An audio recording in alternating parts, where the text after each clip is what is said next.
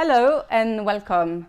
My name is Aurélie L'Hostis. I'm a principal analyst on the financial services team at Forrester, and I'm very happy to be here today participating in this webinar, which is hosted by Vilja Solutions, to talk about the future of banking. So I'm going to present our research, the research we're doing at Forrester, and what we think are the key trends that are going to define the future of banking.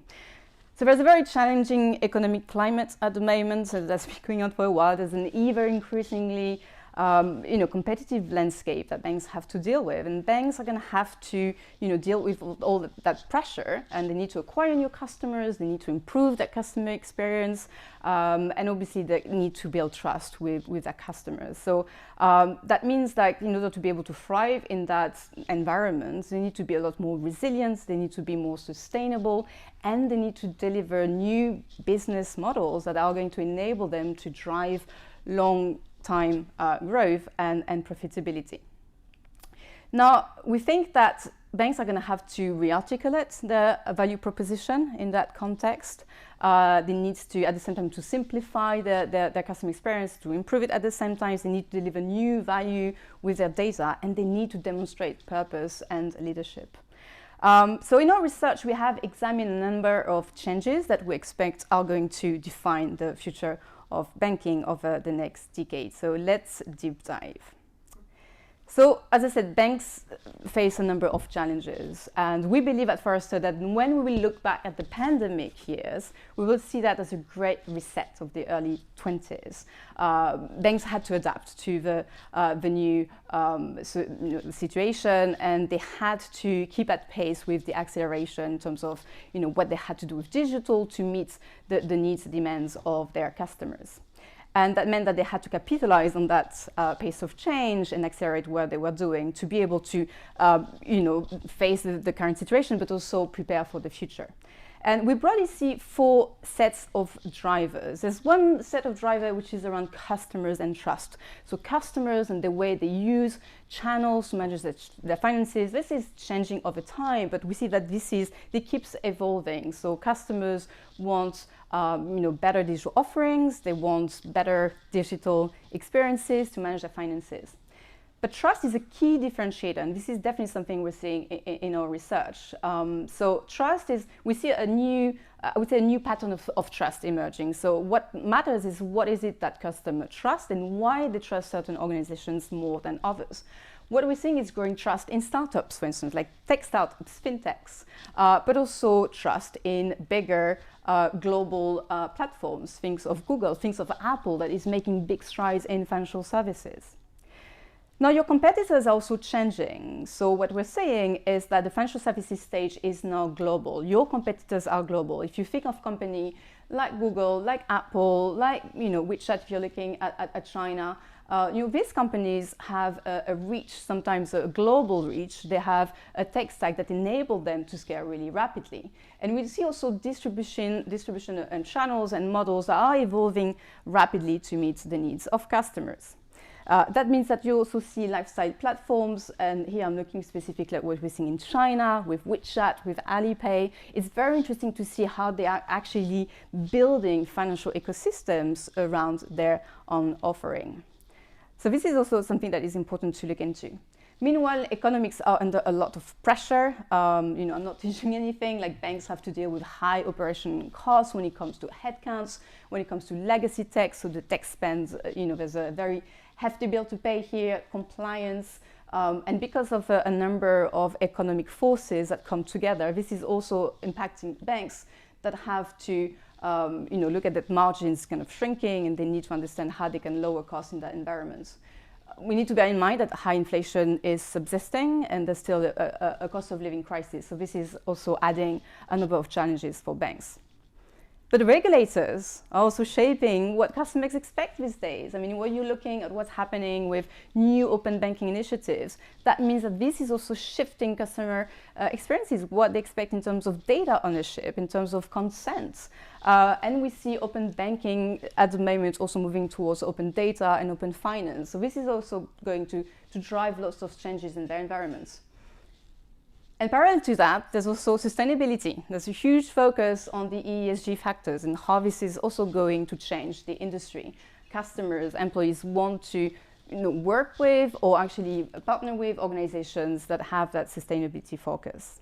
Now we know that some of the changes we're seeing, that sometimes the things that we already saw before the pandemic. So I think the drivers of the future is definitely an evolution of drivers of the past. Some of these things are currently happening. Some of these changes, I think, we will see more prominent in 2025. But we think that some of these trends will be table stakes by 2030. So here, I think what I want to talk about is what we're seeing at the big themes, what we see emerging in our research when we look at the future of banking. And we think that 4 themes are going to define the future of banking: invisibility, connectedness, insights, and purpose. And these 4 distinct areas are areas where banks are going to have to transform if they want to meet the future needs of customers and the future needs of the markets. And we see the rapidly changing financial landscape that they have to deal with. So invisibility, because leading organizations will use technology and far deeper insights to understand their customers, to understand where they need to insert financial experiences and products at the customer moments of need. And distribution models are changing, which means that for banks, they will need to do that, sometimes at the expense of their brand visibility.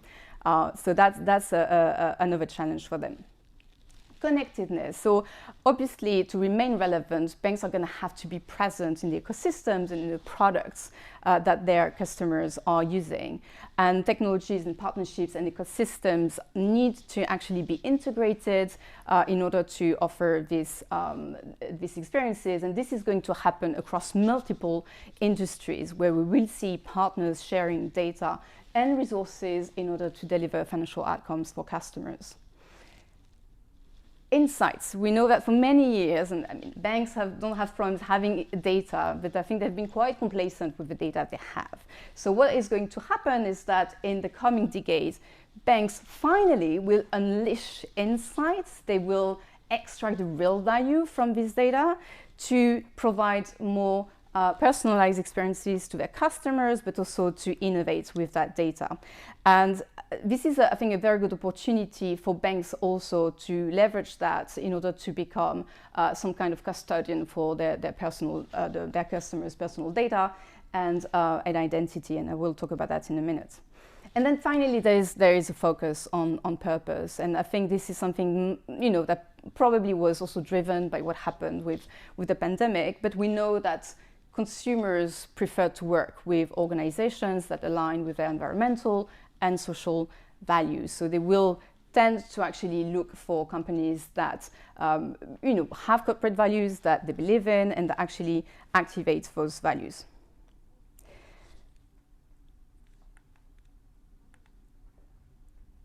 So taking a deep dive into the themes, we see the delivery of financial services becoming increasingly invisible, embedded, and autonomous. So traditional distribution models are definitely evolving, making use of marketplaces to provide financial services in the customer's moments of needs. And organizations and leaders are using new technologies in order to be able to do that. So we're looking at open APIs, 5G, everything that can actually help connect finance to devices. And it could be a connected home, it could be a smart car, and so on. But as a result, what we're seeing is that transactions and payments will be embedded within those customer journeys. And there's going to be a higher level of automation. So banking services become kind of seamlessly integrated into customers' journey. And that's why banks might actually lose some kind of visibility by doing that. Autonomous finance has definitely a shift towards autonomous finance, which means that there will be an orchestration of financial outcomes using algorithm, and many consumer interactions are going to be disintermediated because of that. And you might already think, what's going to happen is that some of these interactions will be integrated within intelligent agents. You can think of Siri or Alexa and so on.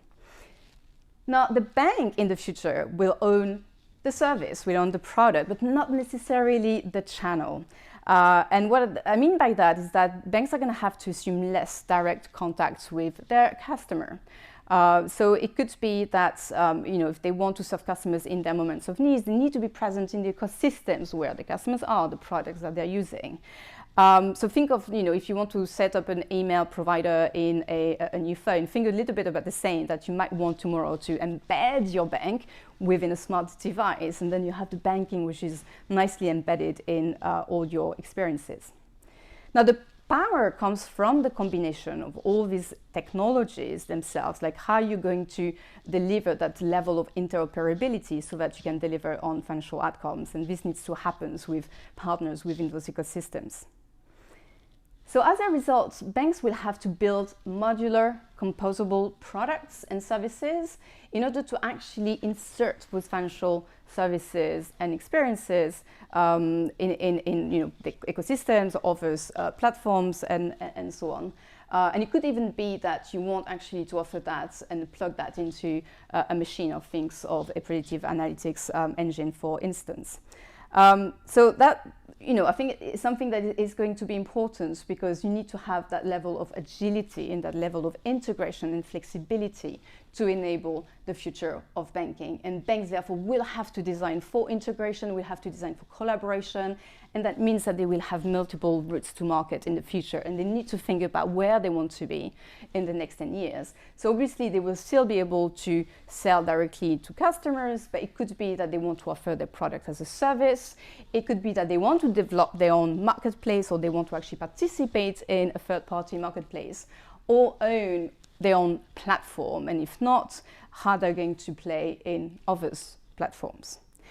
So that's for invisibility. Then there is connectedness, and we know that the future, if not the present, is already highly connected. And to be relevant to customers, banks will now have to be present in their customers' ecosystems, what they use, where they take action. And to do this, they need to cease thinking of partnerships as a threat, which is often, I think, the first perception when we talk about collaboration, is that might be seen as a threat.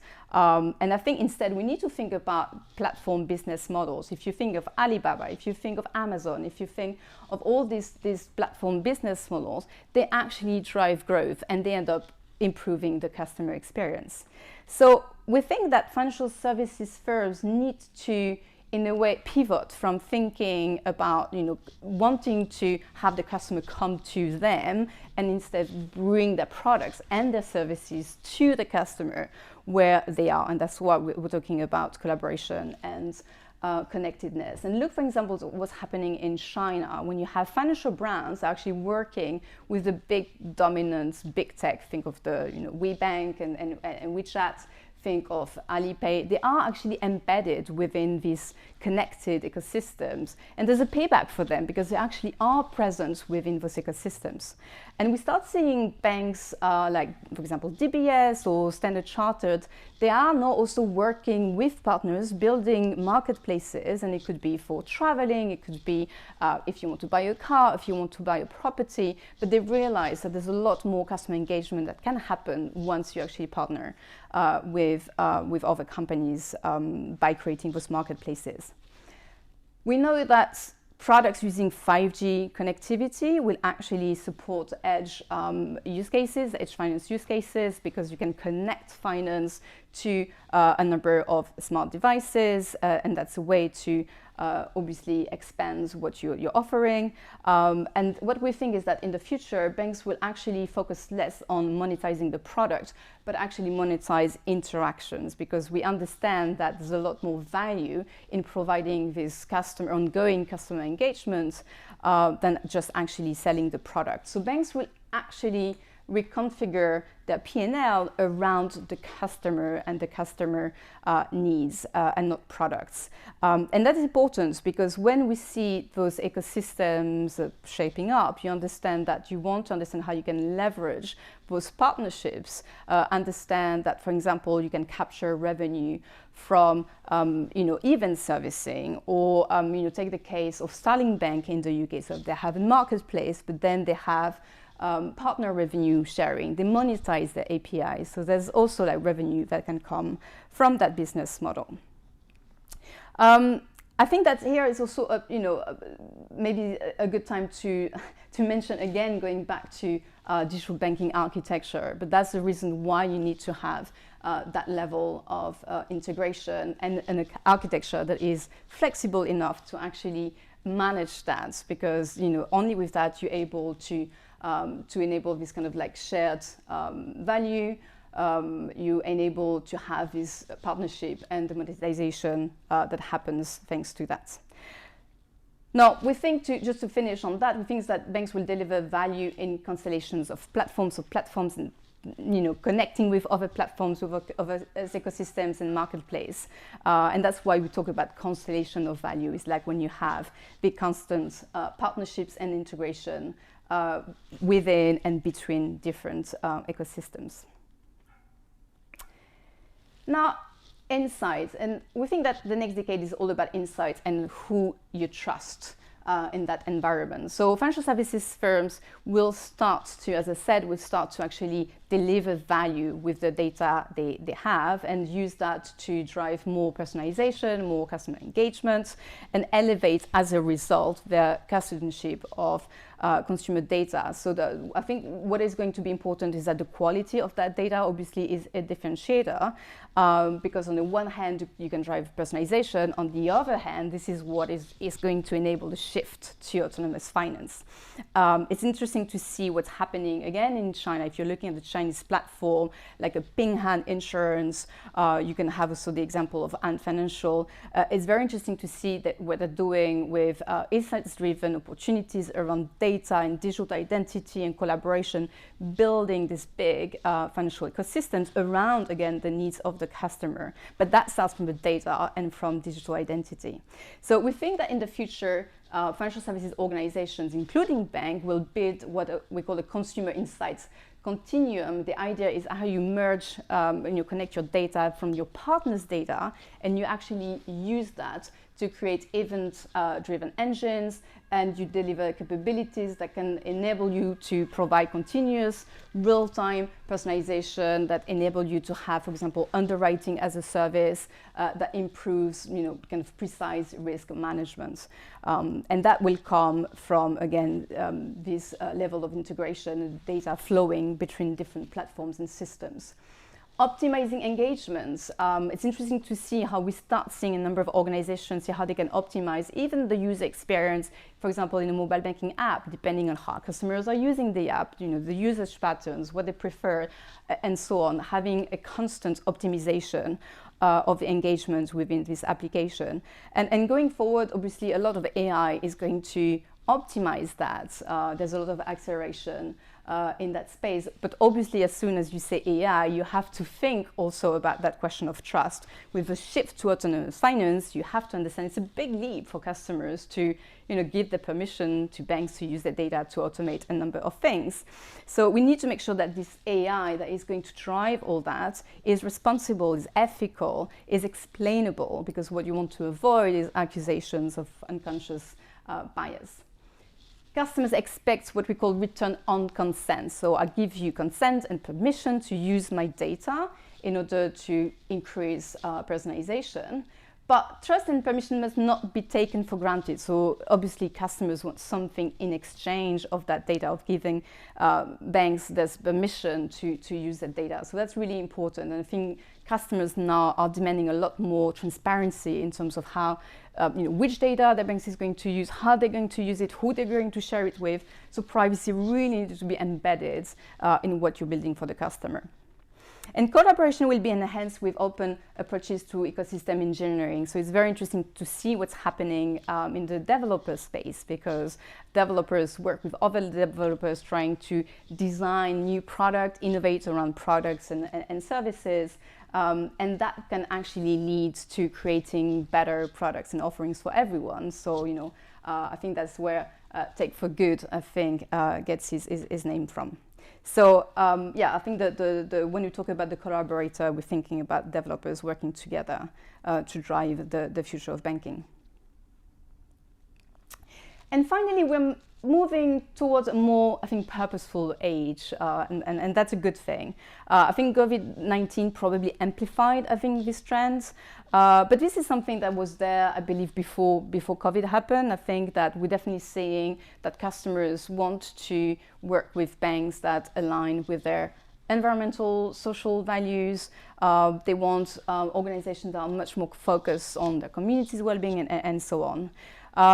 And banks will have to obviously develop programs that go in that direction to activate their corporate values. So what we're seeing is that, first of all, there's a shift to sustainable finance, green finance, in order to meet the needs of customers, also meet the needs of employees that want to work with banks that are providing this kind of offering, but also banks increasingly developing financial well-being programs, financial inclusion initiatives, and so on. So innovation will be harnessed for sustainable growth. And here I think we need to emphasize the growth element, because I think that, and this is something we're seeing in research, companies that drive sustainability are more likely to be resilient, to grow in the future. And open cultures, obviously, that build and curate communities are the companies that will be the leaders of tomorrow. And with that, I'd like to thank you for listening, and I'm really looking forward to our discussion with the panel later on with Vilja Solutions and BNP Paribas. Thank you very much. Welcome everyone to this webinar. The topic of today is that the future of banking has arrived. And with me today, I have some fantastic guests, and we can start with Aurélie L'Hostis. Yeah, sure. From Forrester. What's up, and what are you spending your days with? Yeah, thanks for having me. Listen, I've been a principal analyst at Forrester, working at Forrester for 10 years now, and things keep evolving. There's no time to rest. So I've been working on digital strategy, so helping clients in financial services accelerate their transformation. But obviously there's also a number of sub-themes we're looking at, things like sustainability, trust, financial well-being. So I led the research on financial well-being at Forrester for a number of years, and now I'm shifting towards sustainability and currently working on ESG data and analytics. Great, wonderful to have you here. And welcome also to Annika Olsson, the CEO of BNP Paribas Personal Finance. Annika, can you please share some information about yourself and also about the company that you're running? Absolutely. So thanks for having me here today. So Annika Olsson, the CEO, BNP Paribas Personal Finance, been there for the last 15 years, and before that in the banking industry for another 10, 15 years. So several years within this. And I have to say it happens a lot, but I think the last couple of years have really taken off, where we are building the new future for the banking, which will be totally different from what we have seen in the past. So our industry of today is more on consumer finance part, where we are doing deposits and lending and debt consolidation and so on. Fantastic. Welcome. Good to have you here. Thank you. And Fredrik Ulvenholm, our CEO at Vilja Solutions. Great to have you here, Fredrik. Thank you so much. A few words about yourself and the company that you're running. Yeah, so I'm representing Vilja Solutions. I'm the CEO. Had this role for about 7 years. And we are here, Vilja is here to help our banks to create the fantastic digital journeys and digital experience for the future. Fantastic. And I'm Anders. I'm also part of the Vilja team, heading the sales team at Vilja. So let's kick off this conversation, and let's start with the customer and customer satisfaction, which is always important. And Annika, the company that you're running, you're constantly scoring very good in these customer service surveys that is running on a regular basis. How do you ensure to be able year after year both meet and exceed the customer expectations? What is how do you approach that, and how do you ensure that you can do that on an ongoing basis? something I'm very proud of talking about, because of course customers is what we are focusing most of, and it's really important to be there for the customers and where they are. So I think it's important to think of what is their needs, where do you need to be for them, and there is no doubt that everything is going more and more digitally, but there are different steps in this one as well. I think as it is of today, we could say don't call us, we call you. So it's this that they don't have to sit and wait. Time is expensive also for our customers. So I think that's one part. The other part is to try to make it digital as much as possible. But when it's not possible, we need to secure that you also can reach a human and that have the skills to support you. I can go to myself that if I reach to a robot or something that are not understanding what I'm saying, I get quite angry after a while. So I think it's important to find a balance between this, to be there for the customers, but try to digitalize it and to do and use the new technology as much as possible. But I'm quite proud to present that we have been a winner of Brilliant score. Brilliant is a system we are working with. And I think much more than just system, it's of course also to have the engagement from our people, and that's what we are measuring. If you are engaged, you will give that further on for the customers as well. So I think this is one of the main targets for us and why we have been successful. Fantastic. And have you seen any particular change in preferences the past years that you can share? Anything in particular? No, but I think if I look generally, it's more and more hard to find a phone number, for example, where you can reach a customer service and so on. So I think the digitalization will be much more important for this. But as I just stated before, I still think that it's important to still have a human being there in the end if you're not able to reach what you need. The skills and the information is the most important. So to get what you're asking for when you're a customer calling in, then it doesn't matter on how you get the information. The most important is that you can serve them with what they need. Great. Don't you, Aurélie? And in your presentation, you share with us really changing customer expectations. Could you elaborate a bit on how you believe the financial experience will evolve over the years to come?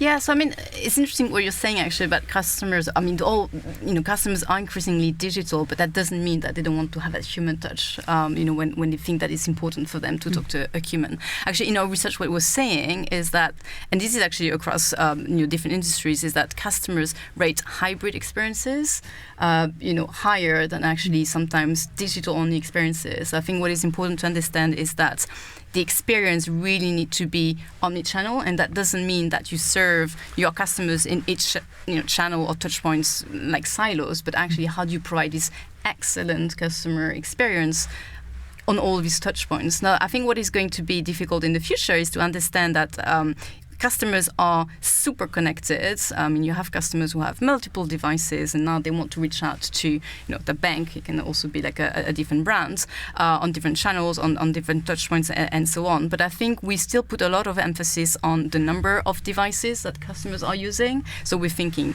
mobile app, we're thinking website, or maybe tomorrow like a virtual assistant. But I think what we need to focus a lot more on is understanding that customers also use multiple services via platforms, and those touchpoints are not necessarily, and tomorrow will clearly not necessarily just be their mobile banking app or their websites. So when we talk about the future of experiences, we need to understand how we're going to anticipate the needs of customers that are present in different ecosystems and platforms and where they want to be able to access financial products and services. So I think what I would say is that the first big change, and I definitely talked about that in the webinar, is that experiences are going to be increasingly invisible because financial transactions, payments are embedded in these customer journeys to the point where customers might not actually see them. When you use Uber, you don't even think of how you're paying for the service. It is embedded in experience. And I think the future banking will be embedded in these customer journeys as well. So I think the first thing we need to think about is how these customer experiences are going to be increasingly increasingly invisible. Banks will anticipate the needs because increasingly they're going to use data, they're going to use insights. Tomorrow a lot more AI is going to enable that shift towards autonomous finance. I mean, obviously trust is the differentiator there, because obviously customers need to trust that bank to do the right thing when they automate a number of actions. But, I think it's going to be increasingly invisible. The second thing I would say is that experiences are also going to be increasingly immersive. So I'm not saying that everything is going to happen in the metaverse, but what we think is that at the moment, customers are still using, a screen. They're still navigating menus and clicking and filling in forms. I mean, there's a lot of cognitive load onto the customer, and the customer has to do a lot of the heavy lifting when they interact with brands, including their banks. But in the future, I think a lot of that will be taken away, and I think what we will see in the future is probably a shift towards more conversational interfaces. So I would say yes, two things: more invisible and more immersive. Thank you, fantastic. Fredrik, you and the company you're representing, you're interacting with banks and financial institutions every day. Any observations from you? What is going on with these companies? How do they use technology? How do they use new way of working very agile, with the purpose of, at the end of the day, serve and engage with the end customers? Any observation from you? What do you see? Yeah, no, I think to build on what the two prior said here is that we do see that our customers are using a lot more data today than they used before. For instance, PSD2 data to reach new customer segments and to be more to be able to offer new products that they couldn't before. We also see that the digital experience is going forward fast, particularly in the Nordics. We can see that the digital experience is prevalent in your app and in your phone. So that's where we see that, for instance, an onboarding experience is completely digital today in the Nordics, and that's also true for other markets, but it's a bit more complicated. But here the adoption rate is almost 100% for a digital onboarding journey. But there's more journeys to be digitized in the future, of course. Great. Annika, BNP Paribas Personal Finance recently adopted on a cloud banking journey to enable a deposit offering in the Nordics. What were the driving factors for you and the team when you made that decision? I think, and just to respond what Fredrik just mentioned as well, that I think this, with everything that we're moving forward, especially on the PSD2 banking, and now we have seen in the Nordic, we are quite front runner on this. So the process will be so much more seamless and easy for the customer. So we will gather all the information we have behind. So I agree with you. It's going to be a different journey for our customers going forward. Why we have chosen to go with a cloud-based is several reasons behind, but of course one of the bank's missions is to go more on this path going forward. There is no doubt that we will not be able to do everything on our own. So if we could have strong partnerships that could serve us with development that are more of maintenance and have good partnerships and good systems to cover this, that is probably the best future for us. So that's one of the reasons behind choosing this. But it also gives us the possibility to focus on our business and development going forward, because if we were to be able to have maintenance on all the different systems we have, we will never be able to focus on the products and what is really important for the customers behind and the development of the company. So I think this is a right move for us, which will be much more important going forward as well. Interesting. And Aurélie, a bit tapping on to that, looking forward, cloud is obviously one part of the future. In your webinar presentation, you outlined how financial products will be more and more customized, and they will be modular, with the purpose of at the end to be very personal in your offering. Could you provide some real examples on that? Yeah, so examples? Again, I think that's an example of financial services providers want to accelerate their digital transformation, and they realize that with the legacy they have, it's nearly impossible today to go at the same pace as what customers are expecting, but also what the financial landscape is evolving super rapidly, and they need to meet the needs of the market as well.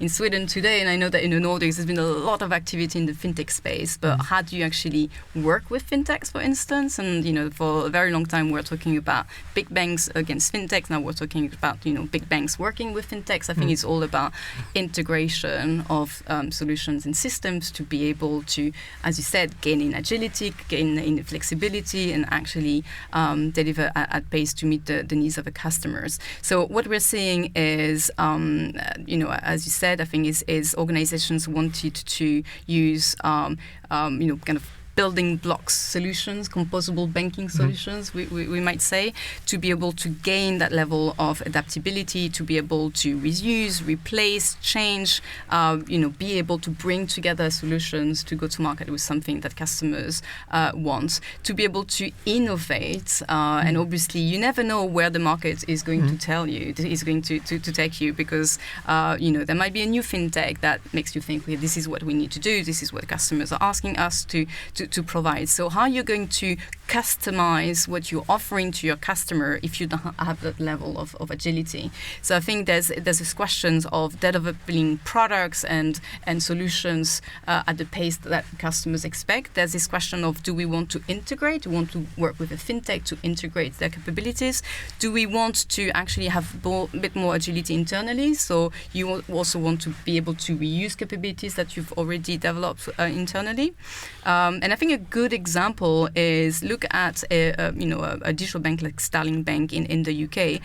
When they started a few years ago, they had a current account, and I think that's Anne Bowden, who is the founder of the bank, said, look, we're going to have a really good current account, and then we're going to work with third parties, fintech startups, to be able to create that marketplace of products and services that we will create, and customers can choose whether they need like an insurance or mortgage broker solutions and so on. But I think they build the platform to be able to have that level of flexibility, that they can expand and they can bring new partners to the platforms to expand rapidly. Then I think it's also what they've done with their developer portal, right, where they have developers that can actually use the APIs to develop new solutions. Going back to this question of innovation, you can actually use customer data to actually build new solution and innovate. So I think the question of innovation is also really important, and I think this idea of modularity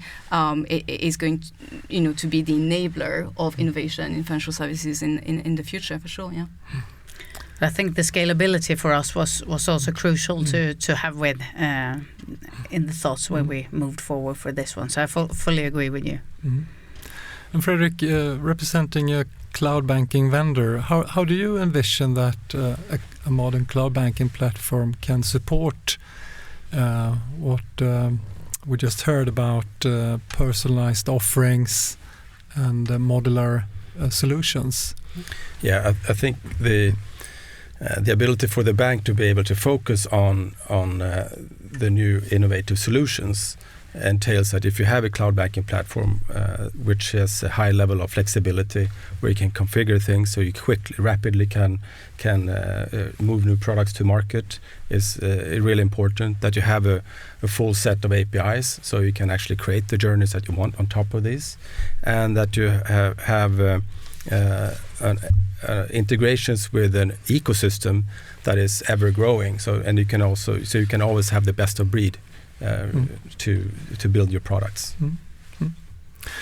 Turning into another topic of social values, I mean, the Forrester report emphasizes the importance of customer-seeking banks to share the social values.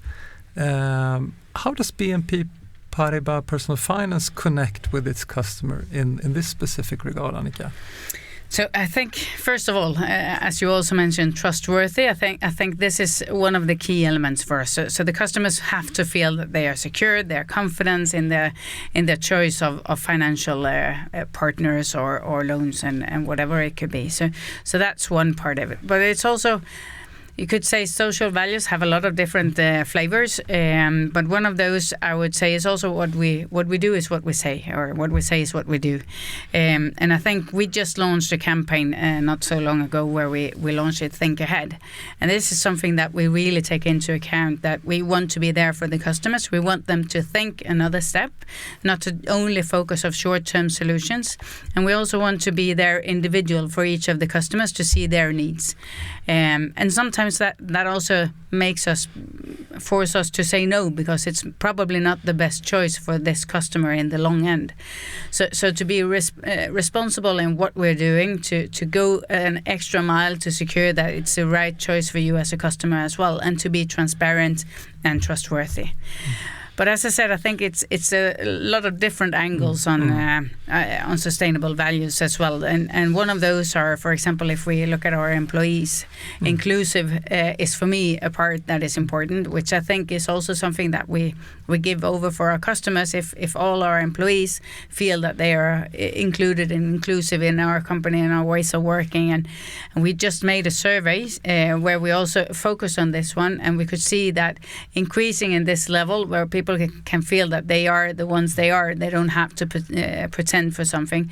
It makes them to be able to work better with the customers in a very much more trustworthy angle. So I think there are a lot of flavors in this one, but one of them, especially in the banking industry, is the trust and to be in a responsible way.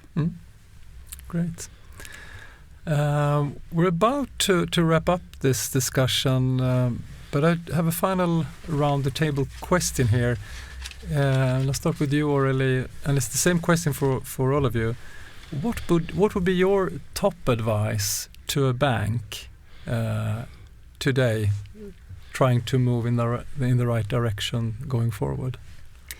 So maybe I will go back to actually what we started with, Annika, like, customer needs. I think lots of organizations say they are customer-centric, but I think customer-centric means you actually really understand at the very granular level what is it your customer needs, how you're going to anticipate those needs in the future. So I think I would don't start from the technology. The technology is an enabler. But if you want to understand how to build your tech stack, what are the next capabilities you're going to need, which are the partners you want to work with, start from the customer needs, and then think about the journeys that you want to provide to the customers. But I think the starting point is never the technology, is what is it that customer needs today and what we think they might need in 5 or 10 years time, and then think about how you're going to enable that with technology.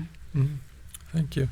And Annika, obviously your top advice you will keep close to yourself, but anything you could share with your thoughts with your colleagues? What would be the top advice to share? I think there are several aspects, but I agree. Customers and what you said with the hybrid, I think this will be absolutely a focus for the future. A focus on product and processes, but for us, I have understood after a while, I would say, that we are more and more depending on partnerships, on what kind of systems and things that we need to focus on. So for me to have flexible, adaptable, seamless processes and partnerships and strong partnerships that can help us, because if we were standing alone on all this, we will never be on the top level. There are so many focus areas that we would need to be within, and then to work with the people behind it and to have the needed skills in the different areas. And that's why I come back to really the technology, because we will not be able to be top skilled at everything. So we need to take support from elsewhere. Very good advice. And Fredrik, from a vendor and partner perspective, what would be your advice? What do you see? Of course, my advice would have to be around in order to be part of this future. We talked about, Aurélie mentioned embedded financing. You have to be where the customer is. Annika also said you have to have a modern back end to be able to support this. And that's of course my top advice. And because there will be, just to build on what has been said here, I was in Asia this last couple of weeks, and I used a lot of super apps for the first time, and looking at, for instance, Grab in Malaysia, which is one of the biggest super apps in Southeast Asia, and I used WeChat. Was the first time it was possible, because in July this year they opened up to add an international credit card into it. So I had the interesting experience to use these apps, and I can see that those things they have super apps and they leapfrogged into that. I think we will leapfrog directly into what I would refer to, our smartphones will become super phones, and we're almost already there in the Nordics, where we have bank ID or digital ID, and you have Apple Pay basically to be able to pay. So you can do those two things that the super apps kind of make it possible to use all other experiences, were the most important things, that you authenticated, you know who this person are, and you're also you can make payments safely and securely. And I think your phone is going to become that. You're going to embed so many things into the app, into the phone itself, that you will that the banks will support, and they will be behind that, will be embedded, but you will use the full UI of the operating system in the next years. So that would be my top advice. Be ready for that, and also be ready. And in order to be ready for that, you need to have a modern backend, core bank. Fantastic. Thanks for the advice, and I'm sure all the audience here is very grateful for that. I think we have had a great conversation. Aurélie, Annika, and Fredrik, thanks a lot for your insights and experiences and advices into this discussion. Thank you very much for joining. My pleasure. Yeah. Thank you. Thank you. Pleasure to be here.